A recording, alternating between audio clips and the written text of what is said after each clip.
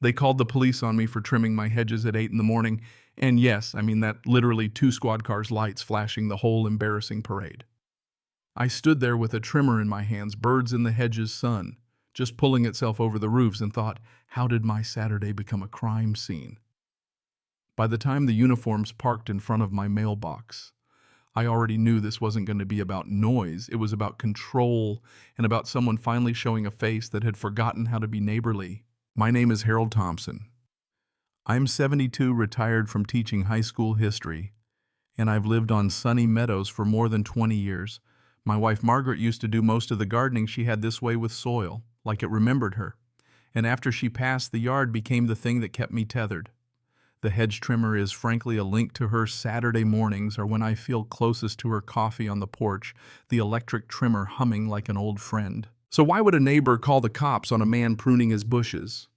Because in 3 years, our HOA turned from neighborly to nitpicky, and in 3 years, someone named Karen decided she was both queen and sheriff. She was the kind of woman who wore pantsuits the color of emergency exit signs and treated the HOA handbook like scripture rules were.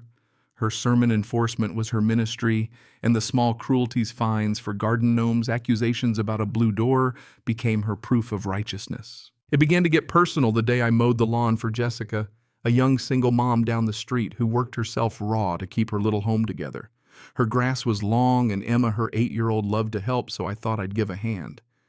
Next morning, a notice from Karen landed in my mailbox: violation for performing property maintenance without board approval.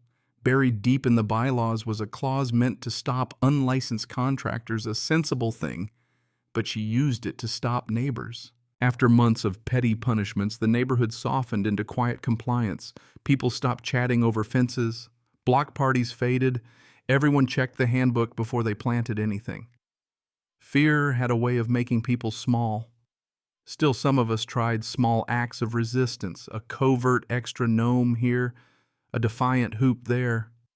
I kept trimming quietly because the yard is how I remember love. The morning it all blew up, I was 20 minutes into shaping the front hedges when Karen came out in her bathrobe, eyes like saucers, phone in hand. She asked what time it was, 8:15, and told me my trimmer was disturbing the entire neighborhood. I reminded her the city noise ordinance separates excessive construction noise from normal yard maintenance, and besides, everyone mows in the morning to beat the heat. She said she, as HOA president, deemed my tools excessive. She threatened to call. Then I heard the sirens.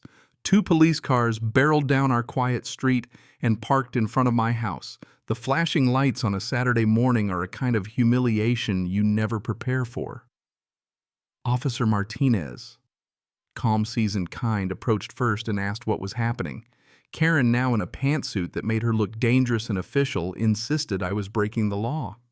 The officers asked neighbors if anyone had been disturbed. One by one, voices from porches and driveways said they hadn't. It would have ended there, a humiliating call with apologies and a suggestion to settle HOA grievances by proper channels, except it didn't.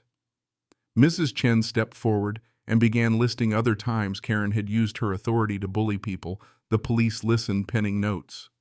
Then the young officer went to Karen's car and found, wouldn't you know it, an expired registration sticker. The irony of a woman lecturing law and order while breaking a traffic law of her own was delicious and telling. What happened next is the twist I never saw coming, a small crack that turned into a flood. After the officers left, neighbors who had been cowed for years had a taste of what it felt like to speak without fear. Stories poured out, threats over basketball hoops, fines for gardening, letters of intimidation. The air changed. That same afternoon, Karen met with a man in a suit, a lawyer she'd used before to threaten residents. A surveyor showed up the next day to check my property line. Karen tried to manufacture an encroachment claim, but the surveyor measured the boundary and confirmed my hedges were well within my property, 6 inches at least, which made her scalp go pale. After the police drove away, Reverend Williams from our church walked over and put a hand on my shoulder. "Harold," he said, "sometimes the kindest thing is to speak the truth gently, and sometimes you have to speak it loudly, but always with purpose." His words stuck with me, and by Sunday, more neighbors were whispering about what to do. Then Karen escalated in a way I hadn't imagined. An emergency HOA meeting called with 2 days' notice and a proposed $2,000 special assessment to protect community standards. In the small print, it said the measure was prompted by residents challenging HOA authority. It read like punishment. This was no longer about hedges. This was weaponized governance money as a cudgel. The management company wasn't even consulted. That was when the neighborhood mobilized. We dug into bylaws, which, to our relief, clearly required 30 days' notice and a 75% approval for assessments over $1,000. Frank, Mr. Johnson, Mrs. Chen, Jessica, we started a quiet campaign of facts, not shouts.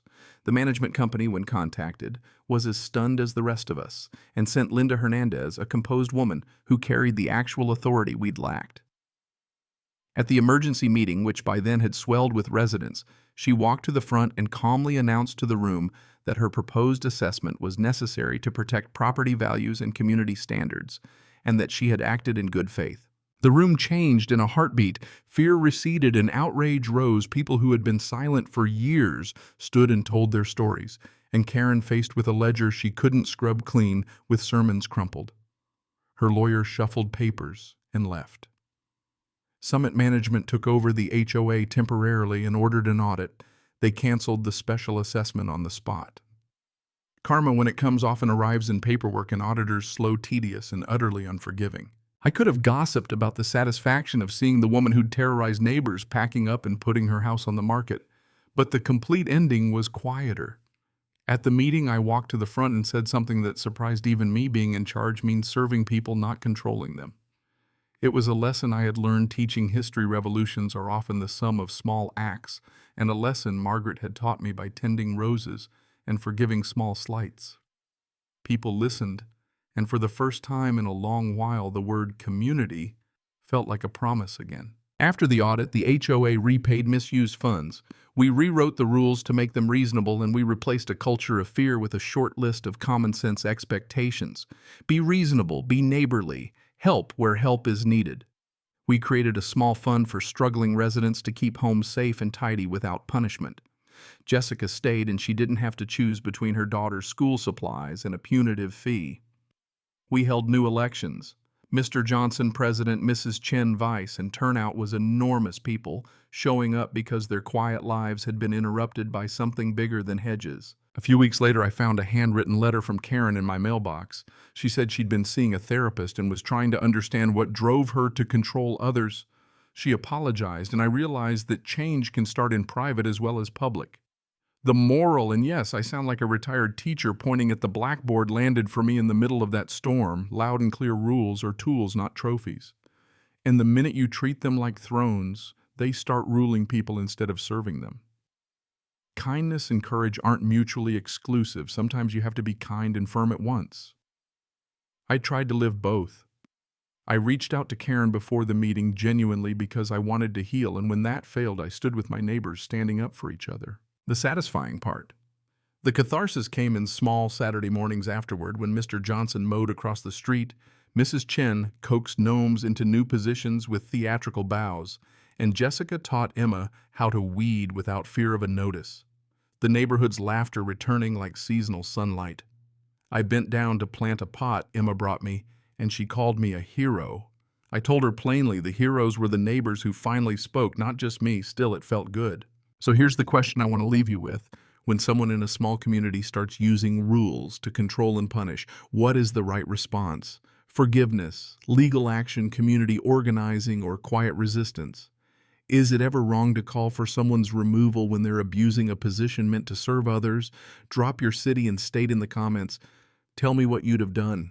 And if you've lived through a Karen of your own, please share that story below. If this moved, you hit like, share it with someone who needs to hear it, and subscribe for more real-life moments where ordinary people decide to stand up and tell me, was justice served? Or did we just swap one kind of power for another? And please, if you have a story like this, share it. We learn from each other.